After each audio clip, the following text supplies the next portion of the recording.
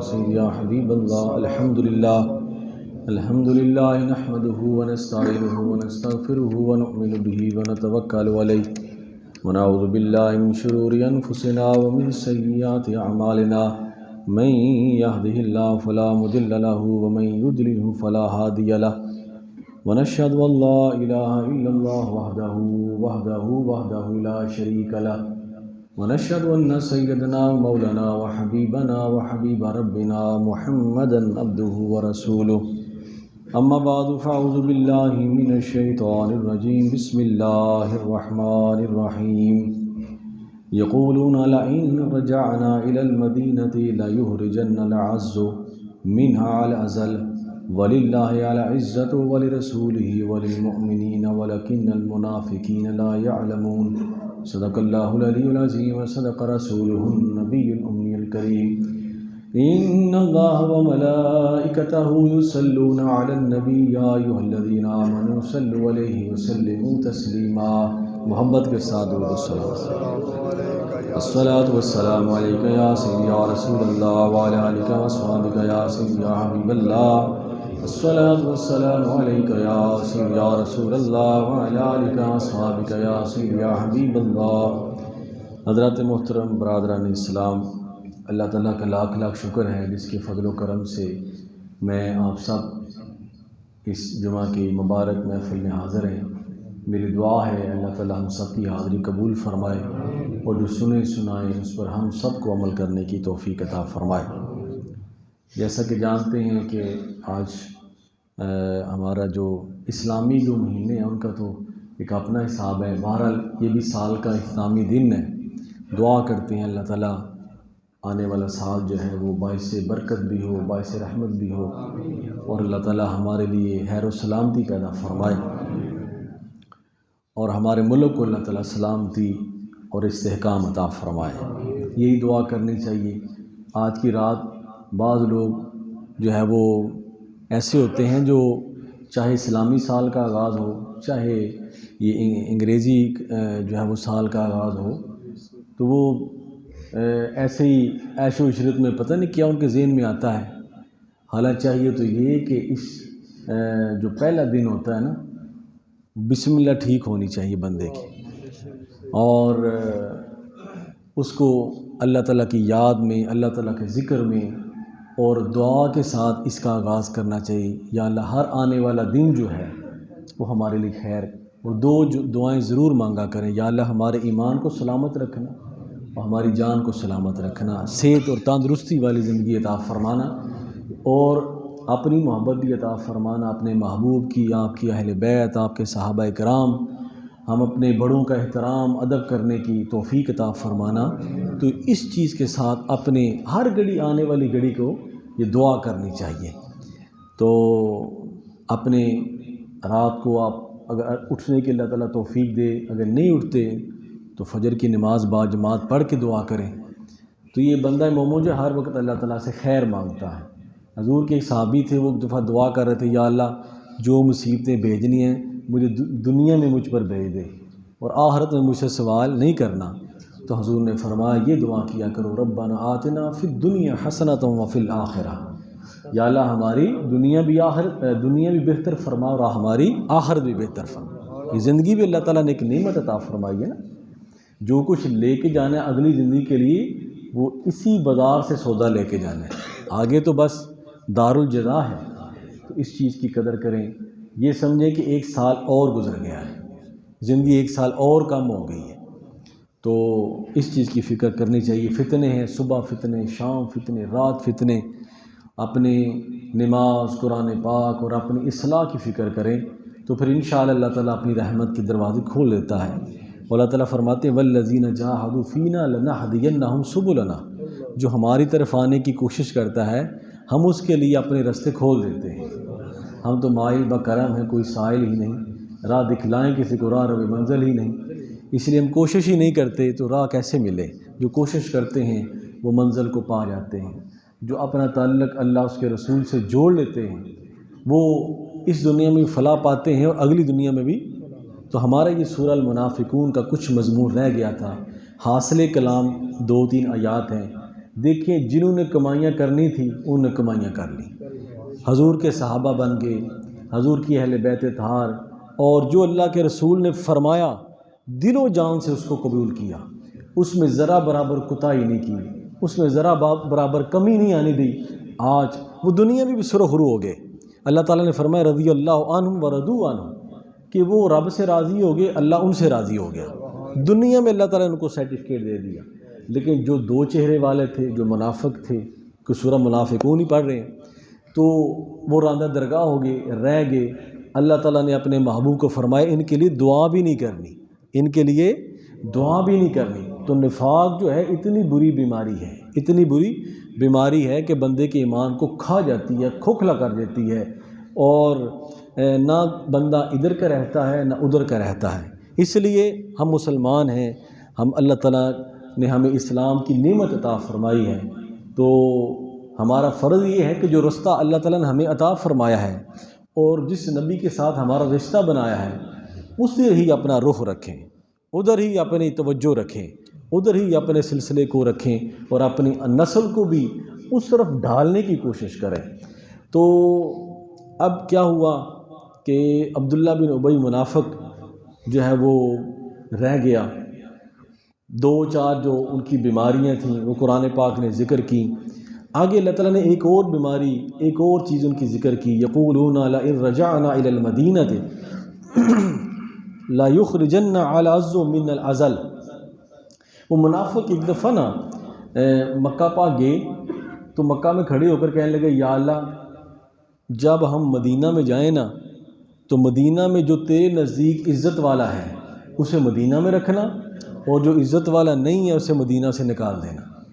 ایک رب کے رسول سے بے وفائی اور دوسرا رب سے عزت مانگ رہے، اللہ کے رسول سے دشمنی اور اللہ سے مدد مانگ رہے ہیں، یہ کیسے ہو سکتا ہے؟ اسی لیے تو اللہ پاک نے ارشاد فرمایا اے محبوب چاہے یہ کہتے ہیں ہم اللہ پر ایمان لائے اور اس کے رسول پر ایمان لائے، لیکن تیرا رب گواہی دیتا ہے یہ ایمان نہیں لائے۔ جو ایمان لائے ہیں وہ سیدنا صدیق اکبر ہیں، عمر فاروق ہیں، عثمان و حیدر ہیں، بلال ہیں، صہیب ہیں، سلمان ہیں، یہ وہ لوگ ہیں جو دل و جان سے تیری ذات پر ایمان لائے ہیں۔ یہ سرخرو ہے، میں ان سے راضی ہوں، میں ان سے خوش ہوں، لیکن یہ ایمان نہیں لائے۔ تو انہیں یہ دعا کی کہ یا اللہ جو مدینہ جائے مدینہ میں عزت والے کو ٹھہرا لینا اور جو ذلیل ہے اس کو باہر نکال دینا۔ یعنی ایک اللہ کے رسول اور اسلام کا مذاق اڑاتے ہیں اور کعبے میں کھڑے ہو کر یہ دعا کر رہے ہیں۔ انہیں کیا پتا کہ کعبہ کس کی عزت کرتا ہے؟ جی انہیں کیا پتا کہ کعبہ کس کی عزت کرتا ہے اور کعبہ کس سے محبت کرتا ہے۔ یہ مہینہ نا ہم جمادی الاول جو ہے حضرت امام زین العابدین 15 جمادی الاول آپ کے یوم کے حوالے سے مناتے ہیں۔ تو کعبہ اس بات سے اللہ تعالیٰ حضور کے اہل بیت کی ہم سب کو محبت عطا فرمائے۔ یہ وہ شہزادے تھے جو میدان کربلا میں جن کو اللہ پاک نے زندگی عطا فرمائی، انہی سے نسل سادات چلی۔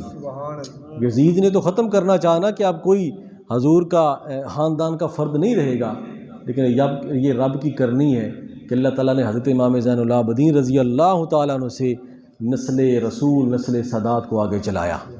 تو ایک دفعہ حضرت امام صاحب جو ہیں خلیفہ سلمان بن عبد الملک بنو امیہ کا بڑا خلیفہ تھا، ایک دفعہ خانہ کعبہ میں آیا اور رش تھا۔ یہ آج ہی حجر اسود کے نزدیک رش نہیں ہے، بلکہ تاریخ اٹھا کر دیکھیں یہ خلفاء راشدین کے دور میں بھی رش ہوتا تھا، اور صحابہ فرماتے ہیں ہم رش کی وجہ سے کبھی آگے نہیں جاتے، اس وقت بھی رش ہوتا تھا، آج بھی ہے، قیامت تک انشاءاللہ رہے گا۔ تو فرمایا کہ جب وہ بادشاہ آیا نا خانہ کعبہ میں تو کسی نے رستہ نہیں دیا، سارے اپنا اپنا طواف کر رہے ہیں۔ بادشاہ کو غصہ، ظاہر ہے بادشاہ ہے اسے غصہ تو آنا تھا، اس نے کہا میں بادشاہ ہوں، میرے لیے رستہ کسی نے چھوڑا، میں نے حجر اسود کو بوسہ دینا ہے۔ تو بہت سا درباری نے ہٹو بچو کیا، بادشاہ نے منع کر دیا، اس نے کہا لوگوں کو خود راستہ چھوڑنا چاہیے تھا، یہ کیا ہوا کہ تم مار پیٹ کے لوگوں کو علیحدہ کر رہے ہو؟ اس نے کہا بس یہیں میں حجر اسود کو بوسہ نہیں دیتا، میں پیچھے کھڑا رہتا ہوں۔ اسی دوران حضرت امام زین العابدین رضی اللہ تعالی عنہ خانہ کعبہ میں داخل ہوئے نا تو سارے لوگوں نے رستہ دے دیا، نہ کسی کو ڈنڈا پڑا، نہ کسی کو جو مار پڑی، سب نے رستہ دے دیا۔ اب بادشاہ کو غصہ آیا کہ میں بادشاہ ہوں، مجھے کسی نے رستہ نہیں دیا، یہ کون ہے؟ حالانکہ وہ جانتا تھا کہ حضور کے اہل بیت کے شہزادے ہیں جی۔ پتہ ہوتا ہے بندے منافق کو کہ رب کے ہاں اس کا کیا مقام ہے، یہ کون ہے، کس کے ساتھ اس کی نسبت ہے، لیکن جب آنکھوں پر پٹی بن جائے تو اس نے کہا کہ یہ کون بندہ ہے جس کے لیے سب نے رستہ چھوڑ دیا ہے۔ تو یہاں فرزدق شاعر تھا، یہ وہی شاعر تھا جس نے حضرت امام حسین رضی اللہ تعالیٰ عنہ کو کربلا میں جانے سے کہا تھا کہ تلواریں ان کے ساتھ ہیں، زبان آپ کے ساتھ ہے، وہاں نہ جائیں، آپ شہید کر دیے جائیں گے۔ تو وہاں فرزدق شاعر کھڑا تھا، اس نے کہا کہ بادشاہ میں تمہیں بتاتا ہوں کہ یہ کون ہے، میں تمہیں بتاتا ہوں کہ ان کی شان کیا۔ فرمایا، اس نے شعر میں لکھا، اس نے کہا یہ وہ ہستی ہے کہ جن کو کعبہ جانتا ہے، جن کو کعبہ جانتا ہے، یہ وہ ہستی ہے کہ جو حجر اسود کو بوسہ لینے کی طالب نہیں ہے، یہ حجر اسود کو بوسہ لینے کی طالب نہیں ہے، حجر اسود یہ چاہتا ہے کہ یہ ان کا بوسہ لے۔ تو یہ کہنے کا مقصد یہ ہے کہ حضرت امام زین العابدین رضی اللہ تعالی عنہ آپ کی ذات میں، تو منافق نے یہ دعا کی کہ یا اللہ مدینہ سے ان کو نکال دے۔ اب دعا تو پوری ہونی تھی، جو عزت والے تھے وہ مدینہ میں رہ گئے، جو عزت والے نہیں تھے اللہ تعالیٰ نے ان کو مدینہ سے نکال دیا۔ حتیٰ کہ جب عبداللہ بن ابی منافق اس کے بعد مدینہ میں داخل ہونے لگا نا، تو اس کا بیٹا عبداللہ، اس کا نام بھی عبداللہ تھا، لیکن عبداللہ میں فرق ہوتا ہے، باپ عبداللہ وہ منافق، بیٹا عبداللہ حضور کا صحابی۔ فرق یہ ہے، ایمان میں فرق ہی اس وقت پڑتا ہے، دیکھا جاتا ہے کہ اس کا اپنے نبی کے ساتھ تعلق کیا ہے، نسبت کیا ہے، لحاظ کیا ہے، آداب کیا ہے۔ تو وہ بیٹا جو ہے نا مدینہ پاک کے باہر کھڑا ہو گیا، اس نے کہا ابا میں تمہیں مدینہ میں داخل نہیں ہونے دوں گا۔ اس نے کہا میں تیرا باپ ہوں۔ اس نے کہا باپ تو ہے، لیکن تو نے خود دعا کی ہے کہ یا اللہ جو ذلیل ہے مدینہ سے نکال دے، تو میرے نزدیک ذلیل ہے، میرے نزدیک عزت والے میرے رسول ہیں۔ تو پھر جب حضور کو پتہ چلا تو آپ نے فرمایا نہیں اسے آنے دو، تیرا باپ ہے۔ تو یہ ایک ادب اور احترام کی کیفیت تھی۔ اب وہ سمجھتے تھے ہم عزت والے ہیں، منافق لوگ سمجھتے ہیں ہم عزت والے ہیں، ہمارے پاس مال ہے، لیکن اللہ پاک نے فرمایا وَلِلَّهِ الْعِزَّةُ وَلِرَسُولِهِ وَلِلْمُؤْمِنِينَ، اے محبوب ان کو بتائیں عزت ساری اللہ کے لیے ہے، عزت ساری اس کے رسول کے لیے ہے، اور عزت ساری ان غلاموں کے لیے ہے جو تیرے اوپر دل و جان سے ایمان لے آئے ہیں، ساری عزت ان کے لیے، اور کسی کو عزت نہیں دی جائے گی۔ فرمایا وَلَكِنَّ الْمُنَافِقِينَ لَا يَعْلَمُونَ، لیکن منافق اس چیز کو نہیں جانتے، انہیں علم نہیں ہے، وہ اپنی جو ہے وہ ذوم میں مبتلا ہوتے ہیں کہ پتہ نہیں ہم بڑے ہیں، ہمارا مقام اونچا ہے۔ میرے دوستو، یہ علم سے یا بہت زیادہ جاؤ حشمت سے بندہ بڑا نہیں ہوتا، بلکہ اللہ کی بارگاہ میں جھک جانے سے بندہ بڑا ہوتا ہے، جس کو وہ بڑا بنا دے، جس کو وہ عزت بخش دے، اور وہ اسے عزت بخشتا ہے جو اس کی راہ میں لگ جاتا ہے، جو اس کے رسول کی تابعداری اور فرما برداری میں لگ جاتا ہے۔ تو فرمایا کہ یہ منافق لوگ نہیں جانتے۔ اب کیا ہوا، منافقین ختم ہو گئے، اور حضور نبی پاک صلی اللہ علیہ وآلہ وسلم نے ایک ایک کر کے سب منافقین کو نکال دیا۔ آگے اللہ تعالیٰ ارشاد فرماتے ہیں یا ایھا الذین آمنو، اے ایمان والو، اے وہ لوگو جو اللہ کے رسول پر صحیح دل سے ایمان لائے ہو، اپنے پروردگار کی بات کو سنو۔ کیا لا تلہکم اموالکم واولادکم عن ذکر اللہ، تمہاری اولاد تمہارا مال اللہ کے ذکر سے کہیں تمہیں غافل نہ کر دے، تمہارا مال اور تمہاری اولاد کہیں تمہیں اللہ کے ذکر سے غافل نہ کر دے۔ دیکھو نا، جنہوں نے حضور سے منافقت کی تو اللہ تعالیٰ نے فرمایا ان کی قبر پر بھی نہیں جانا، ان کے لیے استغفار بھی نہیں کرنا۔ جنہوں نے حضور سے دل و جان سے محبت کی، ایک واقعہ حضرت طلحہ، یہ حضور کے بڑے پیارے صحابی تھے، بڑے پیارے صحابی تھے۔ تو یہ بڑے سخت بیمار ہو گئے اور بالکل قریب المرگ ہو گئے۔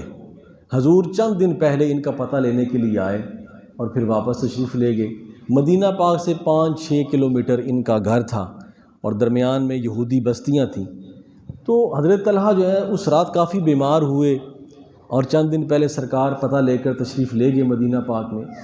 تو ان اپنے عزیز و اقارب کو اکٹھا کیا اب دوست جو صحابہ تھے ان کو بھی اکٹھا کیا، انہوں نے کہا آج کی رات اگر میں فوت ہو جاؤں نا تو مجھے دفن کر دینا، نماز جنازہ کوئی بھی صحابی پڑھا لے، میرے رسول کو نہیں بلانا۔ وجہ پوچھی، انہوں نے کہا کہ راستے میں یہودی بستیاں ہیں، کہیں میری وجہ سے میرے رسول کو تکلیف نہ دیں۔ یہ ہے منافقت سے پاک ایمان، کہیں میری وجہ سے اللہ کے رسول کو تکلیف نہ ہو تو میرا جنازہ پڑھا، جب سرکار کو پتہ چلے، جب اللہ کے رسول کو پتہ چلے وہ تشریف لے آئیں، میرے لیے یہی کافی ہے، میرے یہی بہت بڑی سعادت ہے۔ حضرت طلحہ اسی رات وصال فرما گئے۔ تو ایک صحابی تھے، انہوں نے نماز جنازہ پڑھا دی۔ جب سرکار کو علم ہوا تو آپ نے فرمایا کہ اے میرے صحابہ تم نے مجھے خبر کیوں نہیں دی؟ یا رسول اللہ انہوں نے یہ وصیت فرمائی تھی کہ کہیں میرے جنازے کی وجہ سے آپ کو تکلیف نہ ہو جائے تو اس لیے آپ کو نہیں بتایا گیا۔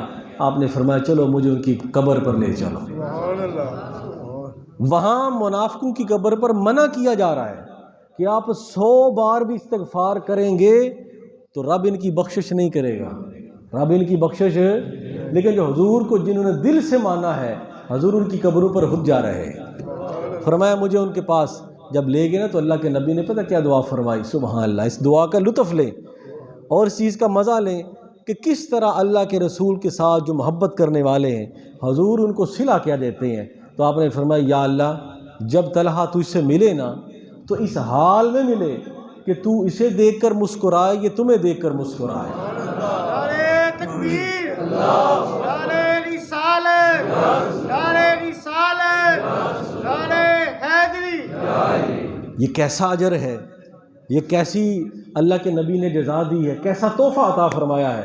تو فرمایا یا اللہ یہ تجھے دیکھ کر مسکرائے اور تو اسے دیکھ کر مسکرائے۔ رضی اللہ عنہم ورضوا عنہ۔ وہ لوگ، ایسا بندہ جب ایمان لے کر جاتا ہے تو اللہ کے رسول کی اسی طرح خوشنودی ملتی ہے۔ اسی طرح تو اپنے ایمان کو نفاق سے پاک کریں، اپنے ایمان کو بغض حسد کینے سے پاک کریں تو پھر یہ صدائیں ملتی ہیں، یا ایتھا النفس المطمئنہ ارجعی الی ربک راضیۃ مرضیہ فادخلی فی عبادی وادخلی جنتی۔ نفس مطمئنہ آؤ اپنے رب کی طرف اس حال میں کہ رب تم سے راضی، تم رب سے راضی، اپنے رب کی جنت میں داخل ہو جاؤ، اپنے رب کے خاص بندوں میں شامل ہو جاؤ۔ تو فرمایا یہ جو اے میرے نبی کے غلاموں، تمہاری اولاد، تمہارا مال تمہیں اللہ کے ذکر سے دور نہ کر دے۔ حضرت امام زین العابدین رضی اللہ تعالیٰ عنہ ایک دفعہ نا آپ کی ہمسائیگی میں آگ لگ گئی، ساری رات لوگ آگ بجھاتے رہے تو آپ اپنے حجرے سے باہر نہیں نکلے۔ صبح کسی نے کہا کہ امام صاحب آپ کی ہمسائیگی میں آگ لگی رہی اور آپ اپنے حجرے میں تشریف فرما رہے۔ فرمایا تم پانی سے دنیا کی آگ بجھا رہے تھے، میں اپنے آنسوؤں سے آخرت کی آگ بجھا رہا تھا۔ میں رات کو جاگ کر اپنے رب کو یاد کر رہا تھا اور اس کی بارگاہ میں رو رو کر دعائیں کر رہا تھا کہ یا رب العالمین میرے گناہ معاف کر دے، حضور کی امت پر رحم فرما دے۔ تم دنیا کے پانی سے دنیا کی آگ بجھا رہے تھے، وہ بجھی جاتی ہے، لیکن آخرت کی آگ اس سے بھی زیادہ سخت ہے جو اس دنیا کے پانی سے نہیں بجھتی بلکہ ندامت اور شرمندگی کے آنسوؤں سے وہ آگ بجھتی ہے۔ جب بندہ اس کی بارگاہ میں شرمسار ہوتا ہے اور اس کی بارگاہ میں عرض و انکسار کا پیکر بنتا ہے تو پھر اس کی آگ بجھ جاتی ہے۔ یہی حضرت امام زین العابدین، یہ تو بڑے لوگ ہیں، یہ وہ ہستی پاک ہیں، ان کے بارے میں آتا ہے کہ قیامت والے دن ان کا نام سجاد تھا، زین العابدین کا لقب تھا، تو فرمایا ان کے نام سے نہیں پکارا جائے گا بلکہ کہا جائے گا اے عبادت کرنے والوں کی زینت، رب سے ملاقات کے لیے آ جاؤ۔ تو یہ تو وہ لوگ ہیں، ہم کس باغ کی مولی ہیں۔ تو کیا ہوا کہ جب ان کا وصال ہو گیا، غسل دینے لگے نا تو جسم پر جو ہے وہ جگہ جگہ نیل پڑے ہوئے تھے۔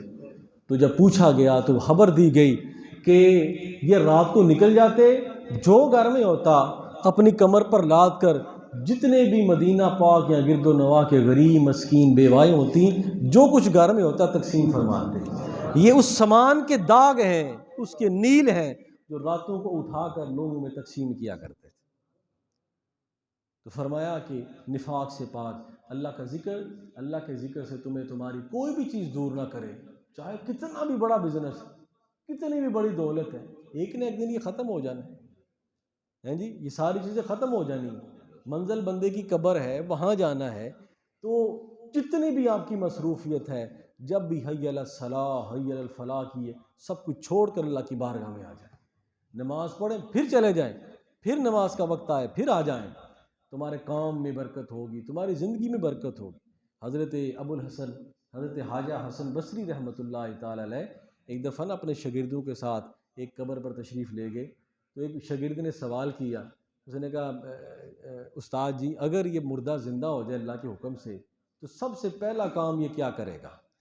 تو آپ نے فرمایا سب سے پہلے یہ مسجد میں جائے گا، وہاں دوڑ لگائے گا۔ تو انہیں پوچھا حضور کیوں؟ فرمایا دنیا میں رہتے ہوئے اسے مسجد کی قیمت کا نہیں پتہ تھا، نماز کی قیمت کا نہیں پتہ تھا، اللہ کے ذکر کی قیمت کا نہیں پتہ تھا، اب قبر میں چلا گیا ہے تو اسے نماز کی قیمت کا پتہ چلا ہے، اسلام کی قیمت کا پتہ چلا ہے، اس لیے اسے جتنا بھی موقع ملے گا یہ خدا کے ذکر میں گزار دے گا کہ یا اللہ مجھے اور چند لمحے دے دے، اور چند لمحے دے دے تاکہ میں تیرے ذکر و فکر میں گزار دوں۔ یہ شہید ہوتا نا بندہ جب اللہ کی راہ میں، تو شہادت میں اتنی لذت اسے محسوس ہوتی ہے، وہ کہتا ہے یا اللہ میں بار بار دنیا میں بھیج اور بار بار میں تیری راہ میں کاٹ دیا جاؤں، بار بار تیری بارگاہ میں شہید ہو جاؤں، پھر شہید ہو جاؤں، کیونکہ جو اللہ کی راہ میں مرتے ہیں موت ان کے لیے تکلیف نہیں ہوتی بلکہ اللہ کے دیدار کا ایک ذریعہ بن جاتی ہے، موت ان کے لیے ایک پل ہوتی ہے جو یار کو یار سے ملا دیتی ہے۔ بندہ مومن کی زندگی اور موت میں ایک پل ہی ہوتا ہے، آگے جو منزلیں ہوتی ہیں وہ آسان ہوتی ہیں جب اس کی رضا مل جاتی ہے، خوشنودی مل جاتی ہے۔ اب یہ بتائیں نا کہ جس ہستی کے بارے میں اللہ کے رسول نے یہ فرما دیا کہ یا اللہ میرے طلحہ سے اس طرح ملنا کہ تجھے دیکھ کر مسکرا دے اور تو اسے دیکھ کر مسکرا دے، تو فرمایا یہ منافق لوگ آپ کو نہیں جانتے، وَمَن يَفْعَلْ ذَلِكَ فَأُولَٰئِكَ هُمُ الْخَاسِرُونَ، اور جنہوں نے اپنے اولاد اور مال کو اللہ کے ذکر پر ترجیح دی وہ خسارہ پانے والوں میں سے ہیں، وہ خسارہ پانے والوں میں سے ہیں۔ وَأَنفِقُوا مِمَّا رَزَقْنَاهُم مِّن قَبْلِ أَن يَأْتِيَ أَحَدَكُمُ الْمَوْتُ، فرمایا اس سے پہلے خرچ کر لو جو ہم نے تمہیں دیا ہے، اس سے پہلے کہ تمہیں موت آ جائے، اس سے پہلے کہ تمہیں موت آ جائے، اللہ کا حکم آ جائے، اللہ کی طرف سے پیغام آ جائے، اور پھر تم یہ کہتے پھرو فَيَقُولُ رَبِّ لَوْلَا أَخَّرْتَنِي إِلَىٰ أَجَلٍ قَرِيبٍ، اور پھر وہ تم کہنے لگو یا اللہ مجھے تھوڑی سی مدت اور دے دے، تھوڑی سی مہلت اور دے دے، لیکن جب اس کا وقت آ جاتا ہے، اس کا پیغام آ جاتا ہے، نہ ایک ساتھ آگے ہوتی ہے نہ ایک ساتھ کم ہوتی ہے، جب اس کا پیغام آ جائے تو فرمایا اس وقت یہ نہ کہنا کہ یا اللہ مجھے موت ذرا تھوڑے سے مہلت اور دے دو، حالانکہ اسے نہیں پتا کہ وہ 70 سال 60 سال 80 سال گزار چکا ہے، اتنی زندگی گزار چکا ہے۔ حضور غوث پاک آپ نے فرمایا یہ نہ کہا کرو زندگی 4 روزہ ہے، زندگی 1 روزہ ہی ہے، کیونکہ جو کل گزر گیا اس نے آنا نہیں، اور جس کا انتظار کر رہے ہو اس کا پتہ کوئی نہیں، صبح آنکھ کھلنی ہے کہ نہیں کھلنی، تو دلیری کس بات کی ہے؟ اسی اللہ کی بارگاہ میں عرض و انکسار رکھو۔ فرمایا یہ نہ کہو کہ یا اللہ تھوڑی سی مہلت اور دے دیتا، تھوڑی سی مہلت اور دے دیتا، فَأَصَدَّقَ، اور میں صدقہ کر لیتا، اپنا سارا مال اللہ کی راہ میں دے دیتا، میں سارا وقت تیرے ذکر میں گزار دیتا، تو اللہ پاک فرمائیں گے میں نے تمہیں 60 سال زندگی دی، 50 سال زندگی دی، تمہیں 70 سال زندگی دی، تمہیں نے 100 سال زندگی دی، کیا وہ مہلت نہیں تھی؟ کیا وہ تیرے پاس وقت نہیں تھا؟ تو فرمایا اس کی قدر کیوں نہیں کی؟ فَأَكُن مِّنَ الصَّالِحِينَ، اور یا اللہ میں تیرا نیک بندہ بن جاتا، میں تیرا ذکر کرتا، کوئی اور مہلت مل جاتی، میں تیرا نیک بندہ۔ لیکن اللہ پاک فرماتے ہیں وَلَن يُؤَخِّرَ اللَّهُ نَفْسًا إِذَا جَاءَ أَجَلُهَا، اللہ مہلت نہیں دیتا جب اس کی طرف سے وقت آ جاتا ہے۔ اللہ پاک فرماتے ہیں پھر وہ وقت یا مہلت نہیں دیتا جب اس کی طرف سے پیغام آ جاتا ہے، لیکن در توبہ وقت سے پہلے کھلا رہتا ہے، در توبہ وقت سے پہلے کھلا رہتا ہے، اس لیے ہر حال میں استغفار کیا کریں، اللہ تعالیٰ سے معافی منگا کریں۔ واللہ خبیر بما تعملون، اللہ تعالیٰ باخبر ہے جو تم کرتے ہو، جو تمہارے اعمال ہیں، جو تم کرتے ہو، اللہ تعالیٰ تمہارے سب کاموں سے باخبر ہے، اس سے کوئی چیز پوشیدہ نہیں، جو خلوت میں کرتے ہو، جو جلوت میں کرتے ہو۔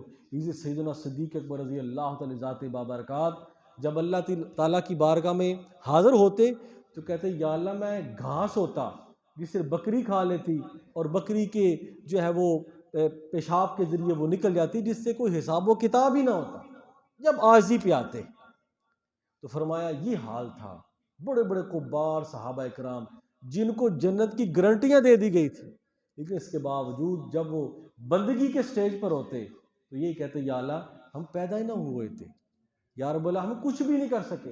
حضور نبی پاک صلی اللہ علیہ وآلہ وسلم کی ذات بابرکات جب بندگی کے مقام پر آتے تو آپ فرماتے یا رب ما عرفنا حق معرفتک، یا اللہ میں تیری معرفت حق ادا نہیں کر سکا، ما عبدنا حق عبادتک، میں تیری عبادت کا حق بھی ادا نہیں کر سکا۔ تو میرے دوستو کوشش یہ کرنی چاہیے کہ اپنا ہر روز کچھ نہ کچھ ہم قرآن پاک کی تلاوت میں، اللہ کے ذکر میں، اور اپنے آنے والی ہر گھڑی کے لیے خیر مانگا کریں۔